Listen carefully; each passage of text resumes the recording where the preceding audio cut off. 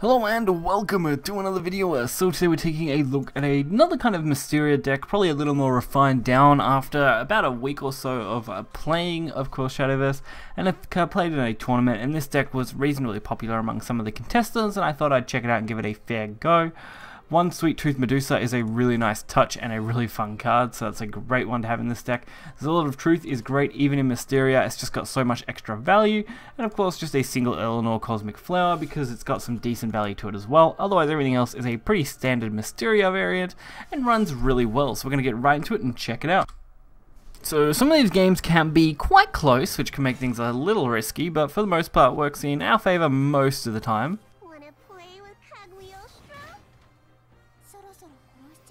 So we really want to start out by getting whatever we kind of can into our hand. Anne is really good, so is Owen, so both of those are really guaranteed keeps if you do manage to get them. And of course a Medusa isn't bad as well if you have got a couple of decent spells. In our case, since we mulliganed one, it's not so bad. We are going second as well, which does give us the extra couple of draws, meaning that our hand is going to only increase in value going second. The only real advantage to going first is that you can hit Anne's sorcery sooner. So Owen, Knight of Mysteria, a good start, gets us kicked off early, which is always a good thing. Honestly, ideally we'd want a 1-drop spell. The odds of us getting that though, reasonably low. But we managed to defy the odds and get the Mysterian knowledge anyway.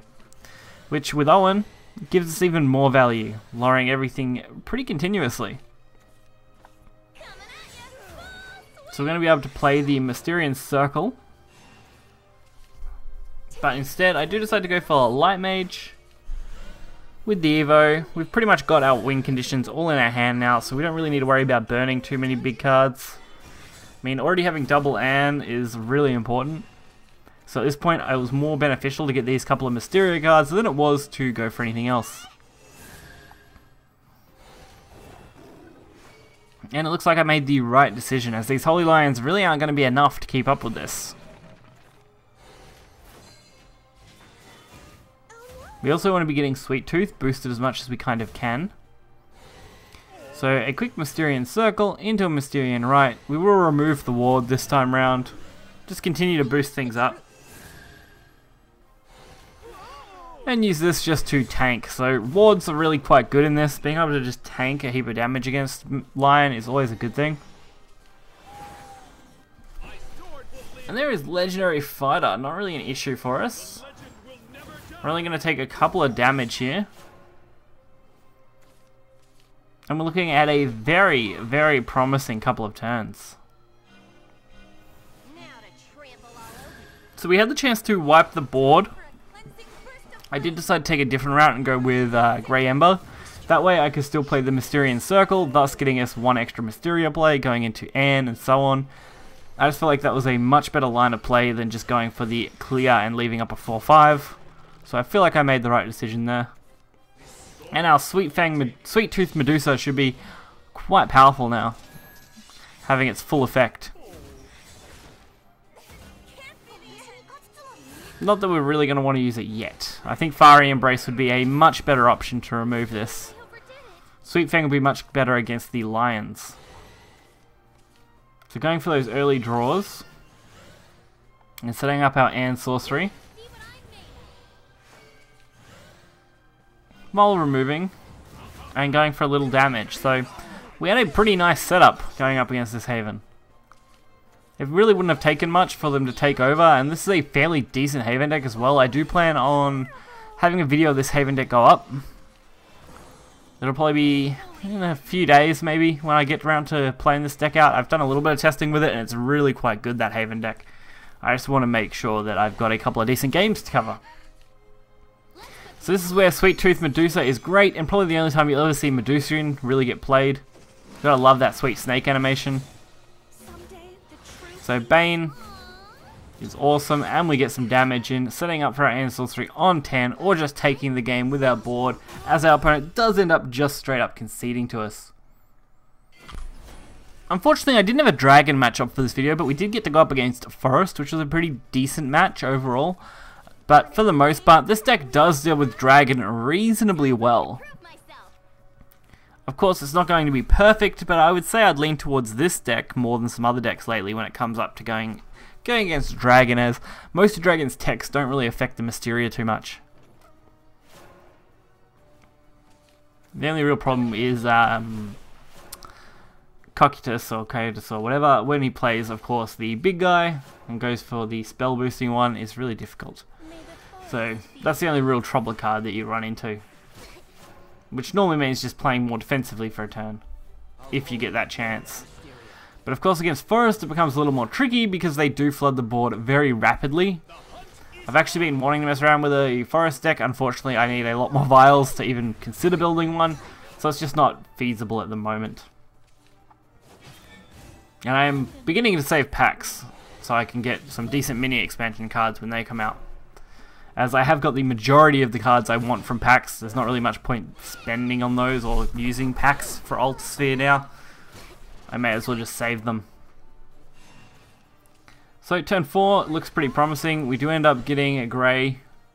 Going for Grea's Inferno is probably going to be the better option now though, since they are going for wide with small health boards.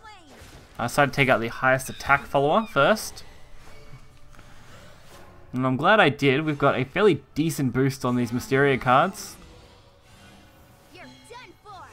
The only problem is this right here is not great, because it does put them like 1 out of range.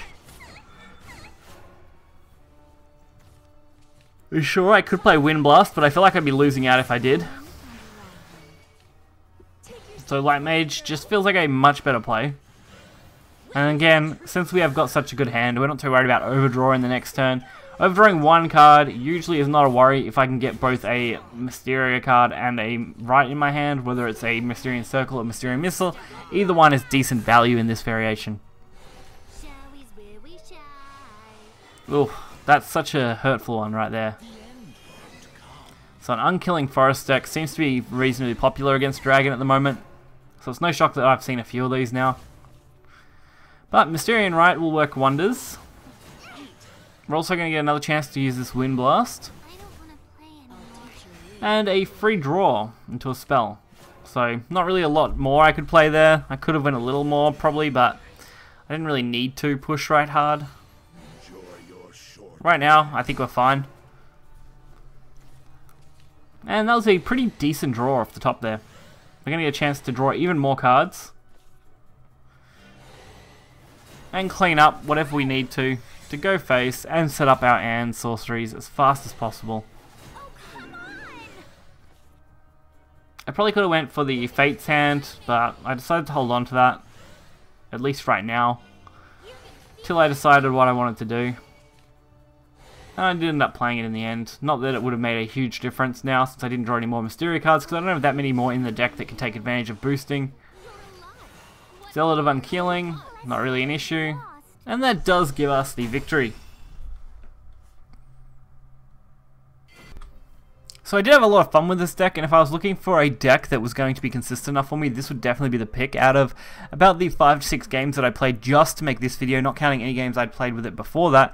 I ended up winning 5 out of those 6, so I only lost 1 matchup, and that was just bad RNG at that point. I just didn't manage to get any hands in my hand soon enough to really take advantage of it. But otherwise, it's a really nice deck, and it does a wonderful job at dealing with most other decks, including things like Dragon that a lot of people are having trouble with. So if you play this right, you go for some decent mulligans on the early cards like Owen, while also having an Anne. You can definitely take full advantage of this very, very easily and really cripple your opponent's decks. So if you guys did enjoy this video, hit the like button and subscribe. You will find the deck list in the description below. Till next time, see ya.